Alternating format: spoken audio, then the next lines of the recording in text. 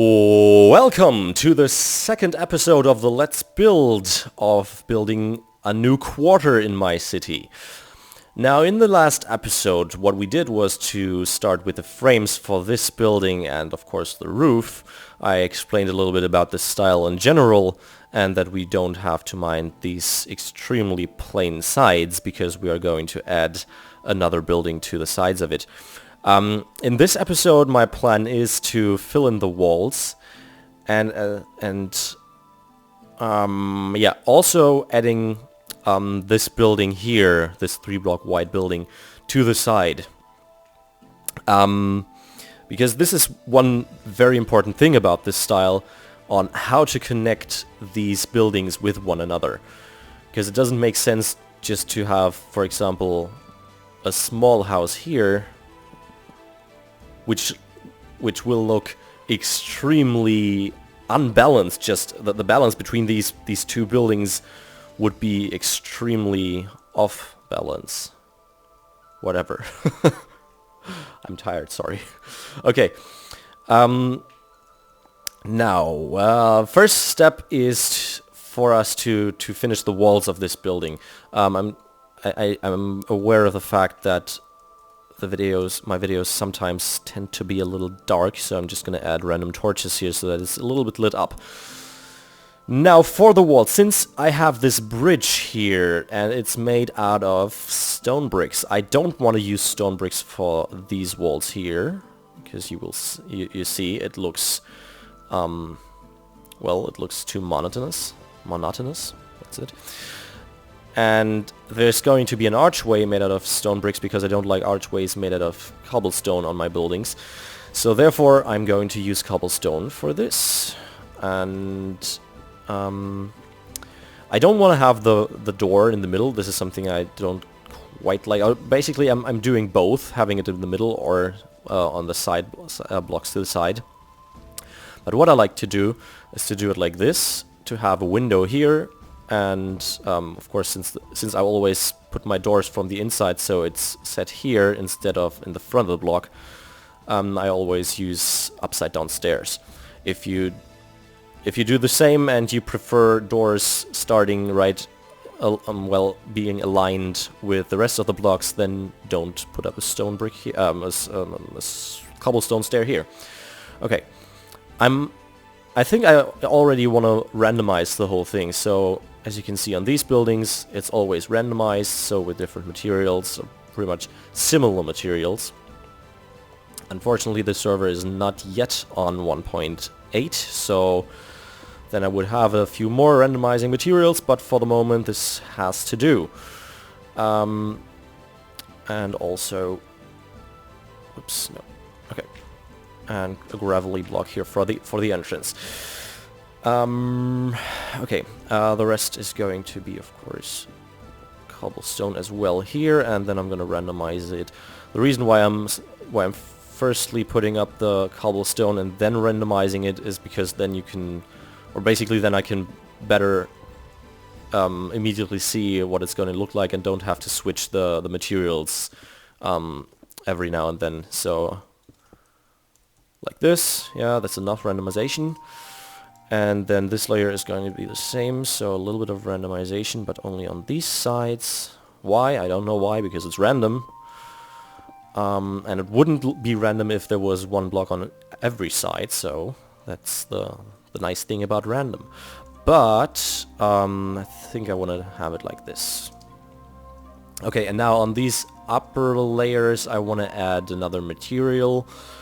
And for this first building I do think we're just gonna go with a classic of wool and, of course, well, white wool and light gray wool.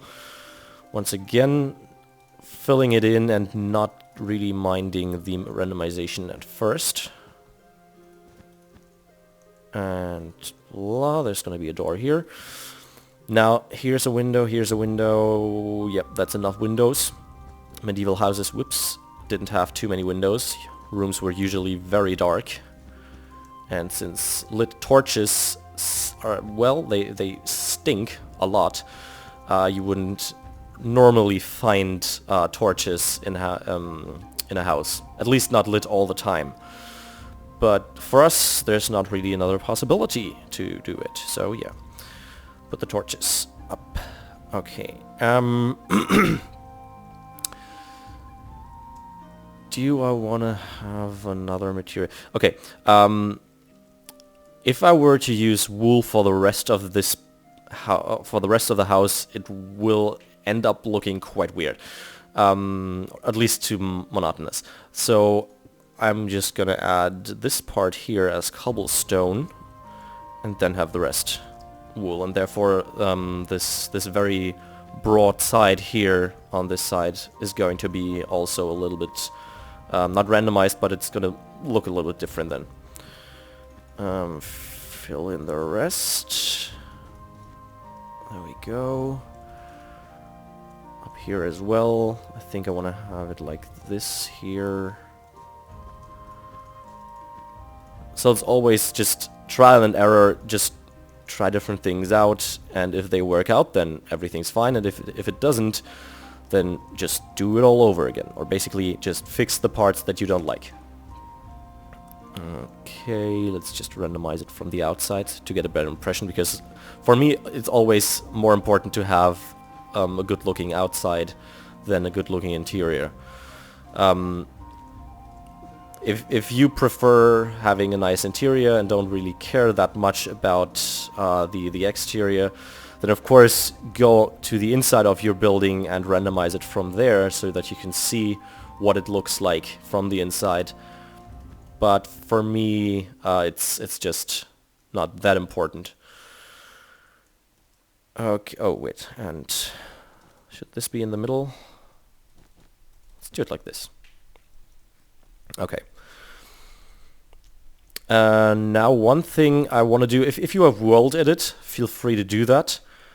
I'm gonna replace these, these logs.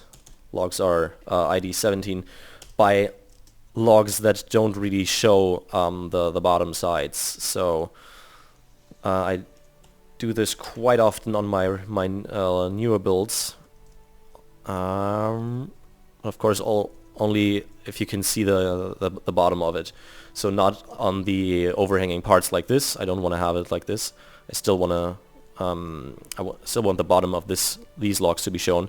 Just not if you have, for example, windows here, if they are vertical. Yep, that's about it. Okay, and now I am going to add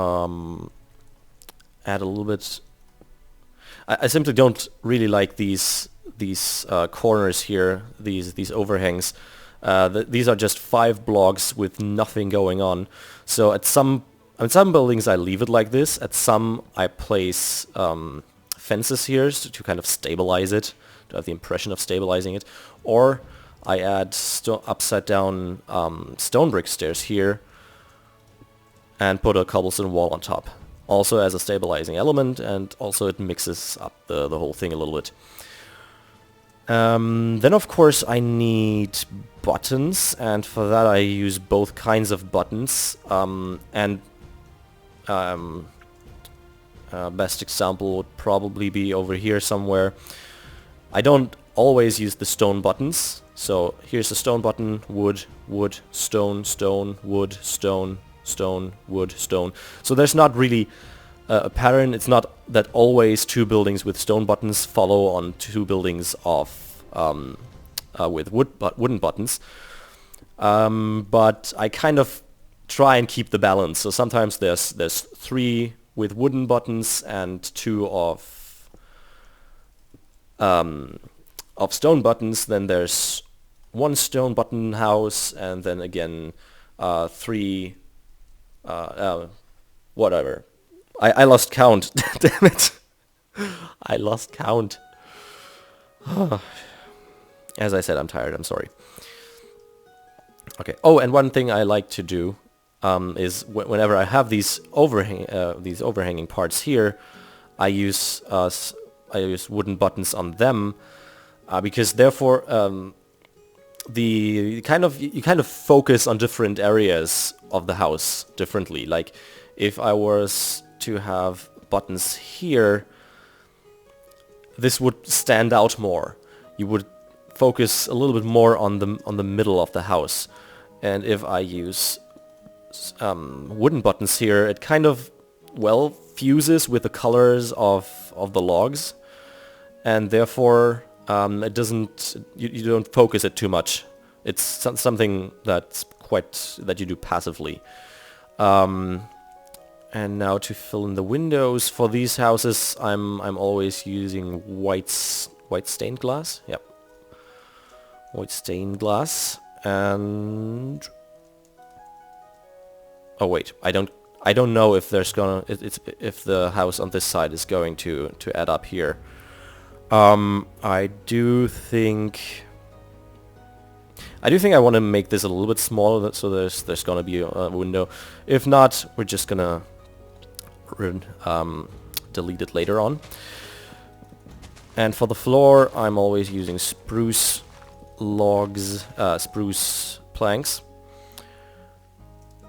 And I do think, okay, so this is quite enough for the walls. But now, as you can see on these other buildings, there are always chimneys, and there are loads of them, and many different variations, also quite important.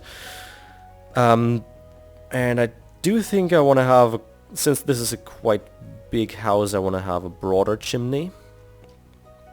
And again, this messes up the interior a little bit. Sometimes I will add upside down stairs from the inside to, well, cover up the...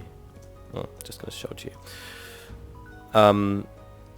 I will use stairs, upside down stairs like this, but sometimes if the house is too small, I can't do it because otherwise I would sacrifice space on the inside. So therefore, it could look ugly from the inside if you were to add a chimney here, because you can see it there, right there it is. But anyway, I want to add a chimney, and the shapes and the shapes, the shapes.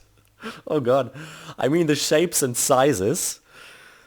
Oh god, I need sleep. Okay, the shapes and sizes. Why is that such a hard word for me to say? Try and say it. You probably are doing a much better job than I.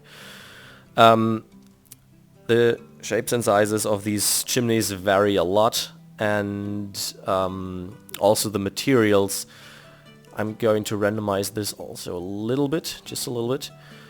And then I want to have iron bars on top with a stone slab. Will that be too tall?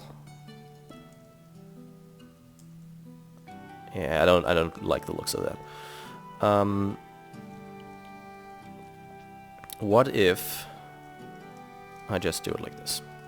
Boop. Okay.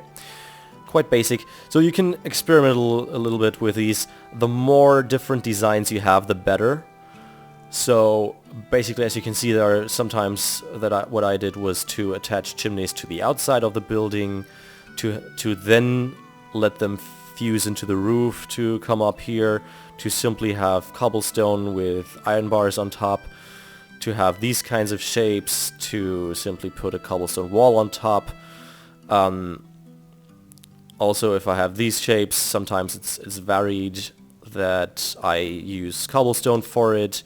So there's like 50,000 different combinations of, well, not really. Let's just say 50 different variations of the chimneys that I use, and therefore, once they don't look exactly alike, it starts to look very much, well, much better for the city itself. So there's going to be a chimney here, and then there's going to be another chimney, and for that I want to use stone bricks, and I want to have a cracked stone brick in it. I want to have it here. This is going to be a little bit narrower. There's going to be the cracked stone brick, and with a stair on top, like this, and then like that. Also, it's nice, yeah, I'm just gonna do this one block higher. It's always nice to have chimneys on one roof, or on the roof of one building, that don't have the exact same heights, so always kind of vary that. Okay, and I think that's about it. I was hoping that I would be faster, but actually this took quite a long time. Okay, so in the next episode I'm going to start building this house to the side so that you can see how to connect these to the other buildings, which is a very important part of this style. And yeah, I do think that pretty much sums it up. So if you have any suggestions about things I should implement into these houses, post them in the comments below. And with that, I do think there's nothing left to say from me about After Madness 64. And as always, please rate, comment, subscribe, join the community to JDo's. You will see you next time. Bye bye.